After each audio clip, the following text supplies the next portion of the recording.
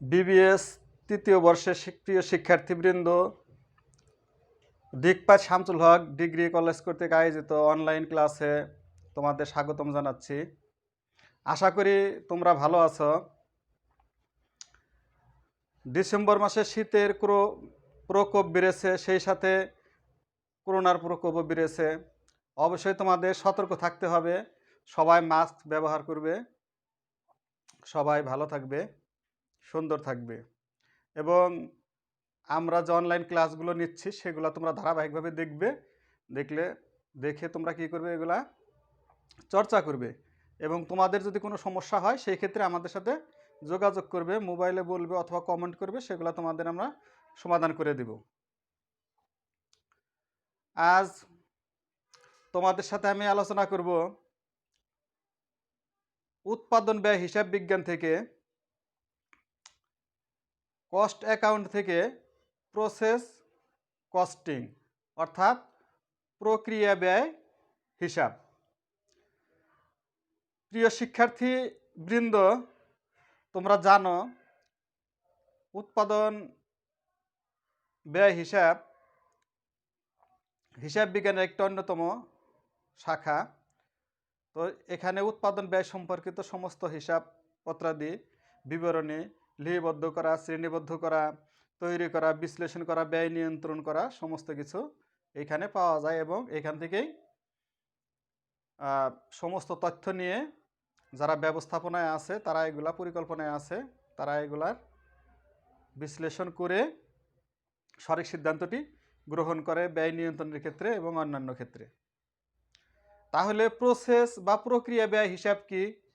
প্রক্রিয়া ব্যয় হিসাব আমরা জানি যে কোনো জিনিস বা দ্রব্য উৎপাদন করলে অনেক দ্রব্যাদি আছে যেগুলি একটিমাত্র প্রসেস বা প্রক্রিয়ায় ফিনিশ গুডস উৎপাদিত হয় না। যেমন মনে করো বিস্কিট কারখানা, সাবান তৈরির ক্ষেত্রে, অথবা লৌহ ইস্পাত তৈরি, বিদ্যুৎ, গ্যাস, কয়লা, এটা বিভিন্ন স্তরে স্তরে সেটা কাজ করতে হয়। তাহলে শিক্ষার্থী বন্ধুরা, প্রক্রিয়া ব্যয় হিসাব হচ্ছে একটি স্তর থেকে কাজটি সম্পূর্ণ করে আরেকটি স্তর থেকে আরেকটি স্তরে যে পর্যন্ত ফিনিশ গুডস বা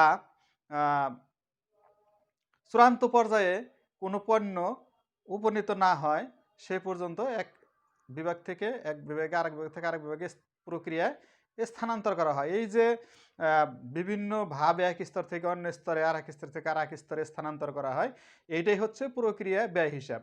তো এখানে অবশ্যই আমাদের মনে রাখতে হবে যে প্রত্যেকটা প্রক্রিয়ায় এই ব্যয়গুলোকে কি করা হয়, হিসাবভুক্ত করে মোট ব্যয় নির্ণয় করে পাশাপাশি একক প্রতি ব্যয় নির্ধারণ করা হয়। তো এখানে কি কি উপাদান থাকে? এখানে প্রধানত যে উপাদানগুলি থাকে তার ভিতরে জানো তোমরা যে র মেটেরিয়ালস বা কাঁচামাল ছাড়া কোনো দ্রব্যাদি উৎপাদন করা কোনোভাবেই সম্ভব না। তবে প্রক্রিয়া ব্যয় হিসাবে ডাইরেক্ট র মেটেরিয়ালস, ডাইরেক্ট এবং ইনডাইরেক্টের ভিতরে খুব একটা পার্থক্য বিবেচনা করা হয় না। সেই সাথে থাকে ডাইরেক্ট ওয়েজেস, ডাইরেক্ট এক্সপেন্সেস। এরপরে যুক্তিসঙ্গতভাবে ওভারহেডগুলা বিভিন্ন প্রক্রিয়ার মাঝে বন্টন করা হয়। তো আজ শিক্ষার্থী বন্ধুরা, আমি তোমাদের একটি অঙ্ক করাবো। সেখানে আমরা যে অঙ্কটি করব সেটি হচ্ছে জেনারেল প্রসেসের একটি অঙ্ক, সাধারণ প্রক্রিয়া ব্যয় হিসাবের। আমি একটি ডাক লিখে রেখেছি, সেটি থেকে তোমাদের অঙ্কটি সমাধান করে দেখাবো। প্রিয় শিক্ষার্থী বন্ধুরা, আমি ডাকটি পড়ছি, তোমরা একটু মনোযোগ সহকারে শোনো।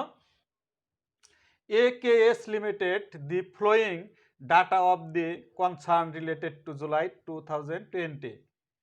Prepare process account is showing unit costs.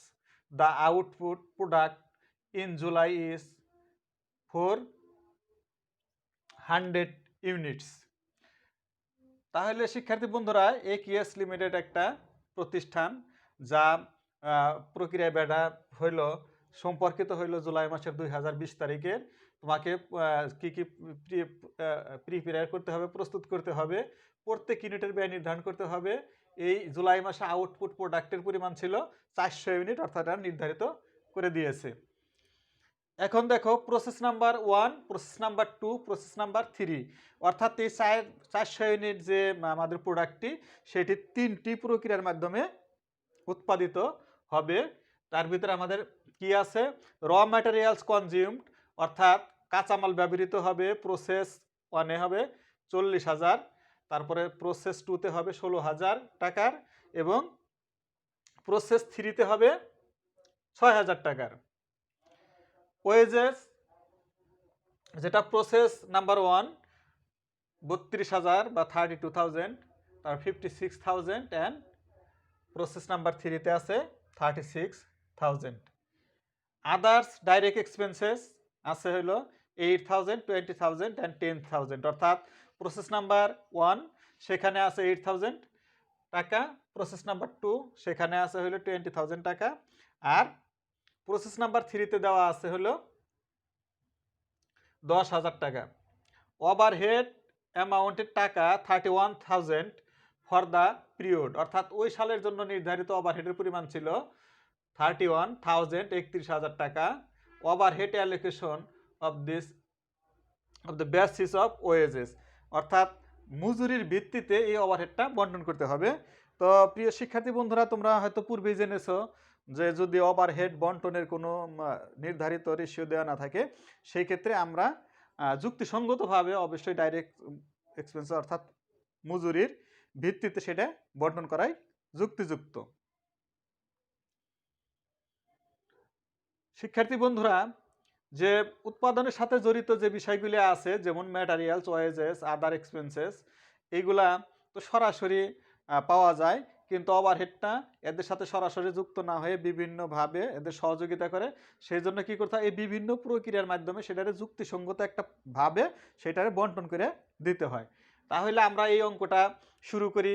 তাহলে প্রসেস নাম্বার 1 আমাদের শুরু করতে হবে হচ্ছে প্রসেস নাম্বার 1 থেকে যে পর্যন্ত ফিনিশড গুডস না হয়, অর্থাৎ প্রসেস নাম্বার 1-এ যেটি হবে সেইটির পরবর্তীতে প্রসেস নাম্বার দ্বিতীয় প্রসেসে যাবে, দ্বিতীয় প্রসেসে যেটি হবে সেটি তৃতীয় প্রসেসে নিতে হবে। এখন দেখো প্রসেস নাম্বার 1 আমরা একটি যে ছকটি নিয়েছি ডেবিট এবং ক্রেডিট লেখা আছে। তো আমাদের আউটপুটের পরিমাণ কিন্তু 400 ইউনিট। কত? 400 ইউনিট। তো আমরা যে ছকটি টেনেছি খেয়াল করো, এই ছকটিকে মাঝখানে দ্বিখণ্ডিত করেছি, করার পর ডাইন সাইডে 2টি ঘর টানা হয়েছে, বাম সাইডে একটি, এখানে ডাইন সাইডে 2টি ঘর টানা হয়েছে, অটোমেটিকলি বামের ঘরটি হয়ে গেছে। তাহলে 1, 2, 3 অর্থাৎ 3টি করে ঘর আছে উভয় পাশে, ডেবিট পাশে 3টি ঘর, ক্রেডিট পাশে 3টি ঘর আছে। এই ঘরগুলোর নাম কি? অ্যাকাউন্ট টাইটেলস অর্থাৎ হিসাব শিরোনাম, তারপরে হচ্ছে তোমার পার ইউনিট কস্ট টাকা, টোটাল কস্ট টাকা, অর্থাৎ পার ইউনিটের কত, টোটালের কত টাকা, এইভাবে আমরা সব ঘরগুলি একত্রে টানা আছে। তাহলে আমরা খেয়াল করি প্রসেস 1-এ আমাদের র মেটেরিয়ালসের পরিমাণ আছে কত? 40,000 টাকা। প্রসেস নাম্বার 1 আমাদের র মেটেরিয়ালের পরিমাণ আছে হচ্ছে কত? 40,000 টাকা। তাহলে শিক্ষার্থী বন্ধুরা, এটারে যদি আমরা 400 ইউনিট দ্বারা ভাগ করি তাহলে দাঁড়াবে তো 100 টাকা, অর্থাৎ পার ইউনিট কস্টের টাকা হবে হলে কত? 100 টাকা। আমরা এখানে কিন্তু 2টা ঘর টানা আছে, একটা হলো পার ইউনিট কস্ট টাকা আর একটা হচ্ছে টোটাল কস্ট টাকা। তাহলে আমরা এখানে টোটাল কস্টের টাকা কিন্তু প্রসেস 1-এ ম্যাটেরিয়ালসের জন্য পেয়েছি কত? 40,000 টাকা। এখন দেখো তাহলে 4,000তে ভাগ করলে আমরা পেয়ে যাব হইলে পার ইউনিটের টাকা হলে 100 টাকা বা 100 টাকা। এখন এখানে দেখো ওয়েজেস প্রসেস নাম্বার 1-এ আছে কত? 32,000 টাকা আছে হচ্ছে তোমার প্রসেস নাম্বার 1। তাহলে এই যে 32,000 আমরা লিখেছি এখানে। এখন দেখো এটা যদি আমরা 400 ইউনিট দ্বারা ভাগ করি তাহলে আমাদের 1 ইউনিটের দাম আসবে হচ্ছে, অর্থাৎ প্রতি ইউনিট পার ইউনিট হচ্ছে 80 টাকা। এরপরে আমাদের আছে কি? আদার ডাইরেক্ট এক্সপেন্সেস দেওয়া আছে প্রসেস নাম্বার 1-এ আমাদের এই অঙ্কের ডাকের ভিতরে 8,000 বা 8,000 টাকা, আমরা 8,000 টাকা লিখে ফেলেছি। এখন এইখান থেকে যদি আমরা এই 400 ইউনিট এটার ভাগ করি তাহলে এটার দাঁড়াবে হচ্ছে 20 টাকা বা 20 টাকা পার ইউনিট কস্ট। এখন আমরা এই প্রসেস ওয়ানে যে ইটি ছিল ডাইরেক্ট ম্যাটেরিয়ালস, ওয়েজেস, তারপরে হচ্ছে আদার ডাইরেক্ট এক্সপেন্সেস, এটি কিন্তু আমাদের এখানে নেওয়া হয়ে গেছে। কিন্তু ওভারহেড, ওভারহেড কিন্তু সরাসরি অঙ্কের ভিতরে এটি কি দেওয়া নাই, কিন্তু আমরা নিচে কিন্তু লিখে রেখেছি ওভারহেড অ্যামাউন্ট টু টাকা 31,000 ফর দ্য পিরিয়ড, অর্থাৎ ওই সময়ের জন্য জুলাই মাসের যে আমাদের অঙ্কের পিরিয়ডটা টোটাল ছিল 31,000। এটার আবার overhead allocated on the basis of wages, অর্থাৎ মজুরির ভিত্তিতে সেই আমাদের ওভারহেডটা বের করে নিতে হবে। আমরা এটা ওয়ার্কিং করেছি, দেখো overhead allocation process number 1। Process number 1-এ আমাদের হইল কত, 32,000 এর জন্য আমাদের কত আসে, এখানে আছে 32,000, তারপর আছে হলো 56,000, আর হচ্ছে 36,000। এই তিনটার কি করতে গড় করে এটা বের করতে হবে। তাহলে 32,000 প্লাস হচ্ছে 56,000 প্লাস হচ্ছে 36,000। এখন এটার রেশিও হচ্ছে কত, আমরা এটার জন্য পাবো প্রসেস অনের জন্য আমাদের হলো 32,000 আমরা উপরে লিখেছি, ইন্টু হইলো 31,000 আমাদের টোটাল কস্ট, অর্থাৎ এটার রেশিও এটা করতে হবে। তাতে আমাদের মোট টাকা হয়ে দাঁড়াইছে এখানে 8,000 টাকা। তাহলে আমরা এখানে কি করি, ওভারহেডের পেলাম কত, আমরা যদি এখানে বলি কি এটা ওয়ার্কিং নাম্বার 1 WN1 এটা বসাই দিতে পারি। এটা বসাই দিলে আমরা এখান থেকে এই টাকাটা পেয়েছি 8,000 টাকা। তাহলে আমরা 8,000 টাকা, পূর্বের ওটাও কিন্তু আদার এক্সপেন্সেসও কিন্তু কাকতালীয়ভাবে সমানই আছে, তো এই জন্য এটাও কিন্তু 20 টাকায় পার ইউনিট আমাদের আর বের করতে হবে না, মানে একটা বের করলে আর একটা একই ইউনিট কস্ট দাঁড়াইলো এখানে 20 টাকা। এখন আমাদের এই টোটাল ইউনিটের দাঁড়াইছে পার ইউনিটে, টোটাল ইউনিট দাঁড়াইছিল 220, আর 88,000 টাকা দাঁড়াইছিল টোটাল কস্ট টাকা। তাহলে আমরা এইটা আবার এইখানে নিয়ে আসলাম, এই টাকাটাই এখানে নিয়ে আসলাম। আসার পরে উপরে আমাদের কোনো এখানে বাদ দেওয়ার কিছু নাই, যেমন abnormal loss, loss scrap value ইত্যাদি অন্য কিছুই নেই, সেহেতু আমরা এই টাকাটাই কিন্তু আমাদের আছে। এই যে পার ইউনিট কস্ট হলো 220 টাকা, আর 88,000 বা 88,000 টাকা আছে তোমাদের হলো টোটাল কস্ট। তাহলে এই যে প্রসেস নাম্বার 2 আমাদের এই যে ব্যালেন্সটা এটা কোথায় যাবে, আমরা লিখে রেখেছি প্রসেস নাম্বার 2, অর্থাৎ এই প্রক্রিয়ায় যে আমাদের রেজাল্টটা আছে সেটা আবার প্রসেস নাম্বার 2-তে যাবে।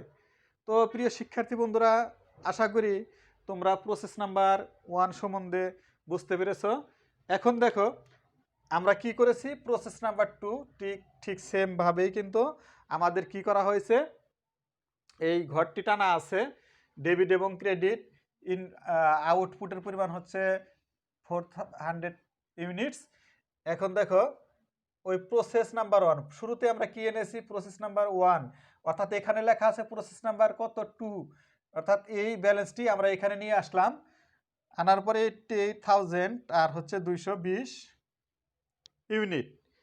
তাহলে এই 220 ইউনিট আমরা যখন এখানে নিয়ে আসছি, এরপরে দেখি এই প্রক্রিয়ায় অর্থাৎ প্রসেস নাম্বার 2তে আমাদের কত টাকার ম্যাটেরিয়ালস কনজিউমড হয়েছে। এখানে ম্যাটেরিয়াল কনজিউমড হয়েছে হলো 16,000 বা 16,000 টাকা। তাহলে আমরা এখানে লিখি ম্যাটেরিয়ালসের পরিমাণ 16,000, এন্ড এটার যদি আমরা 400 ইউনিট ভাগ করি তাহলে দাঁড়াবে তোমার হচ্ছে পার ইউনিট কস্ট হচ্ছে 40 টাকা। তাহলে এটা হচ্ছে কত, 40 টাকা। এখন দেখো এই প্রক্রিয়ায় বা প্রসেস নাম্বার 2-তে আমাদের ওয়েজেসের পরিমাণ কত হয়েছে, ওয়েজেস আছে হলো প্রসেস নাম্বার 2-তে ওয়েজেস আছে 56,000, অর্থাৎ 56,000 টাকা আমরা এটা লিখলাম ওয়েজেস। এখন এইটারে যদি আমরা 400 ইউনিট দ্বারা ভাগ করি তাহলে আমাদের পার ইউনিট কস্টের দাম বের হবে হইলো টাকায় 140, অর্থাৎ 140 টাকা পার ইউনিটের কস্ট। প্রিয় শিক্ষার্থী বন্ধুরা, এখন আমাদের আর একটি আছে কি, আদার ডাইরেক্ট এক্সপেন্সেস। আদার ডাইরেক্ট এক্সপেন্সেসের প্রসেস নাম্বার 2-তে আছে কত, 20,000 টাকা, অর্থাৎ প্রসেস নাম্বার 2-তে আদার ডাইরেক্ট এক্সপেন্সেসের ব্যয়ের পরিমাণ হচ্ছে 20,000 টাকা। তাহলে 20,000 টাকা আমরা আদার ডাইরেক্ট এক্সপেন্সেস হিসাবে লিখছি। লেখার পরে দেখো এইটা আমরা ওই ইউনিট হিসাবে পেলাম হলো 4000 ইউনিট দিয়ে ভাগ করলে, সরি 400 ইউনিট দিয়ে ভাগ করলে আমরা পেলাম হলো 50 টাকা করে। এখন প্রসেস নাম্বার 2 এর মতোই আমাদের এখানেও কিন্তু ওভারহেড একত্রে দেওয়া আছে কিন্তু 31,000 টাকা। আমাদের রেশিও বের করতে হবে। তো আমরা রেশিও দেখো এখানে যে আমরা ওয়ার্কিং করেছি সেখানে প্রসেস নাম্বার 2 এর জন্য করা আছে, অর্থাৎ 32,000 প্লাস হলো 56,000 প্লাস হলো 36,000, এগুলা হচ্ছে সকল প্রক্রিয়ার কি গড়, অর্থাৎ process number 1, process number 2, process number 3 এর ওয়েজেসের ভিত্তিতে এখন ওনার এই প্রসেস নাম্বার 2 রেশিও কতর জন্য আমরা নেব 56। এখন কত টাকার, এটা হলো 31,000 টাকার টোটাল কস্টের, তাহলে ওভারহেড কস্টের এই ওভারহেডটা এটাতে ভাগ করলে আমাদের এখানে দাঁড়াবে হলো 14,000 টাকা। এই 14,000 টাকায় কিন্তু আমরা প্রসেস নাম্বার 2 তে লিখব। এখানে আমরা লিখলাম 14,000 টাকা, কিন্তু এইটি আমরা পেয়েছি কোথা থেকে, working number WN working number 1, অর্থাৎ এটা বসা দিলে এখান থেকে বোঝা যাবে যে আমরা এই যে 14,000 টাকা কিভাবে এটি বের করেছি। তাহলে শিক্ষার্থী বন্ধুরা আমরা একত্রে যদি এগুলি যোগ করি দেখো, তাহলে আমরা পাইলাম হলো 1,94,000 টাকা টোটাল কস্ট, আর এখানে ইউনিটের যোগফল হচ্ছে হলো কস্ট টাকার পরিমাণ 485, অর্থাৎ 485। এই টাকাটাই আমরা কি করেছি, এইখানে নিয়ে আসলাম, আনার পরে এখানেও কিন্তু আর কিছু বাদ দেওয়ার মতো আমাদের নেই। সুতরাং এই যে টাকাটা এটাও কিন্তু আমাদের কোথায় যাবে, প্রসেস নাম্বার লাস্ট প্রসেস, অর্থাৎ প্রসেস নাম্বার 3। এইখানে কিন্তু এই জন্য লেখা হয়েছে কি প্রসেস নাম্বার 3। এখন দেখো এই প্রসেস নাম্বার 3 আমরা তাহলে বুঝলাম যে প্রসেস 1 থেকে কিভাবে প্রসেস 2 তে অর্থাৎ দ্বিতীয় নাম্বার প্রক্রিয়ায় হিসাব স্থানান্তর করা হলো। ঠিক অনুরূপভাবে আমাদের আর একটা প্রসেস আছে, সেটার নাম হলো প্রসেস নাম্বার 3। এই প্রসেস নাম্বার 3-তে কিন্তু আমরা এইটা প্রথমেই শুরুতে নিয়ে আসছি। শুরুতে কোনটা নিয়ে আসলাম আমরা, এই যে এইটাই এখানে নিয়ে আসা হয়েছে প্রসেস নাম্বার 2 থেকে। এখানে প্রসেস নাম্বার 2 মানে প্রসেস নাম্বার 2 যে জেডটা আছে সেটা আমরা নিয়ে এসেছি, স্থানান্তর করা হলো এই টাকাটা আর 1,94,000।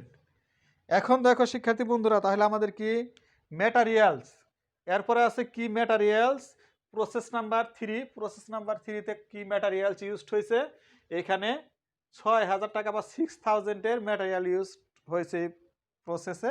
তো এই প্রসেসে আমরা এখানে লিখলাম হইলো কত 6,000 টাকা। এটার পার ইউনিট যদি 400 ইউনিটের জন্য সেখানে হচ্ছে তোমার হলো 15 টাকা পার ইউনিট কস্ট টাকায়। এখন ওয়েজেসের পরিমাণ কত আছে প্রসেস নাম্বার 3-তে, আমরা অঙ্কের ডাকের দিকে লক্ষ্য করি। প্রসেস নাম্বার 3-তে আছে হলো 36,000 এই 36,000টা আমরা এখানে লিখলাম। এটার যদি আমরা 400 দিয়ে বা 400 দিয়ে ভাগ করি তাহলে পার কস্ট পেয়ে যাবো, পার কস্ট ইউনিটের দাম পেয়ে যাবো, সেটা হচ্ছে 90 টাকা।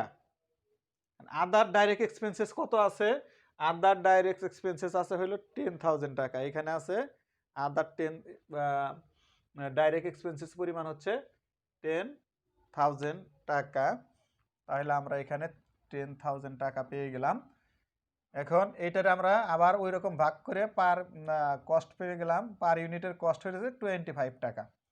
এখন দেখো ওভারহেড কিন্তু এখানেও এটা হয়তো সরাসরি বের করা নাই, আমরা আগের ওই ওয়ার্কিংয়ের মাধ্যমেই বের করব। টোটাল 3টা ইউনিটের গড় করব তার ওই রেশিও দিয়ে এবং টাকার রেশিও দিয়ে। তাহলে ওইখানকার যে রেশিও ছিল মজুরি রেশিও, প্রথম প্রসেস 1 যোগ প্রসেস 2 যোগ প্রসেস 3, তো 32,000 প্লাস হলো 56,000 প্লাস 36,000, আর এটার সর্বশেষ হইলো 36। আমাদের এইটা দিয়ে আমরা একটা গুণ করি, পার্সেন্ট করি, তাহলে কত 31,000 বা 31,000 সেখানে টাকা পাবো না 9,000 টাকা, অর্থাৎ 9 9000। আমরা এই ওভার হেডের জন্য লিখলাম কত 9000। আমরা এখানে ওয়ার্কিং নাম্বার লিখে দেব, ওয়ার্কিং নাম্বার 1। অর্থাৎ আমরা এখানে ক্যালকুলেশন ওভার হেড অ্যালিগেশন যেটা করছি সেটা হলো 1 W1, অর্থাৎ ওয়ার্কিং নাম্বার 1। এটা তোমাদের কইরা দেখাই দিতে হবে। তোমরা যদি পরীক্ষার সময় যখন অঙ্ক করবে তখন কিন্তু এটা বের করতে হবে, পাশাপাশি তোমরা একটু খাতায় লিখে দেখাই দেবে, না হলে কিন্তু নাম্বার কম দিতে পারে। এই জন্য তোমাদের কি করতে হবে, এই ওয়ার্কিংটা খাতার এক সাইডে উপরে অথবা অঙ্কের নিচে যেখানে খুশি তোমরা দেখাই দিতে পারো। এখন আমরা এগুলো যোগ করলাম 637.50, আর এটা পেলাম হলো 2,55,000 বা 2,55,000। এখন আমাদের কিন্তু এখানে আর কিছু নাই। তো এখন দেখো আমরা এই জিনিসটা কিন্তু এখানে লিখেছি। এখানে লেখার পরে ডান সাইডে অন্য দুই পরে কিন্তু প্রসেস নাম্বার 1 আর 2, অর্থাৎ এই টাকাটা এখানে আসবে, এই জন্য কিন্তু লেখা হয়েছিল। এবং প্রসেস নাম্বার 3 লেখা হয়েছে, অর্থাৎ এই টাকাটা এখানে যাওয়ার জন্য ব্যয়টা বা পার ইউনিট ব্যয়টা। কিন্তু সর্বশেষ তোমরা খেয়াল করো, এখানে কিন্তু আমরা লিখেছি ফিনিশ গুডস, অর্থাৎ মালটা এখন কিন্তু চূড়ান্ত পর্যায়ে, অর্থাৎ কনজিউম করার পর্যায়ে একটা চূড়ান্ত রূপ নিচে, যেটা স্টোরে যাবে। বিক্রয় উপযোগী পণ্য হয়েছে, ব্যবহার উপযোগী পণ্য প্রস্তুত হয়েছে, চূড়ান্ত পর্যায়ে হয়েছে। এই জন্য আর কোনো প্রক্রিয়ার প্রয়োজন নাই, এটার নাম হচ্ছে ফিনিশ গুডস। এখন এইটা হলো আমাদের ফিনিশ গুডসের পার ইউনিট, আর এটা হলো টোটাল টাকা। তাহলে শিক্ষার্থী বন্ধুরা, আশা করি প্রক্রিয়া ব্যয় হিসাব তোমরা বুঝতে পেরেছ। আমি যে অঙ্কটি সমাধান করেছি আশা করি তোমাদের বুঝতে কোনো অসুবিধা হয় নাই, এবং তোমরা এগুলা কি করবে, নিজেরা চর্চা করবে। এবং ধারাবাহিকভাবে আমি আরও তোমাদের এই প্রক্রিয়া ব্যয় হিসাবের উপরে বেশ কয়েকটা ক্লাস নিব, সেখানে তোমরা আরেকটু ভালোভাবে বুঝতে পারবে। তোমরা ভালো থাকো, সুস্থ থাকো, শুভকামনায়। আমি এতক্ষণ তোমাদের সাথে ছিলাম মোহাম্মদ আজম খান, প্রভাষক হিসাব বিজ্ঞান, দিকপাত শামসুল হক ডিগ্রি কলেজ, জামালপুর।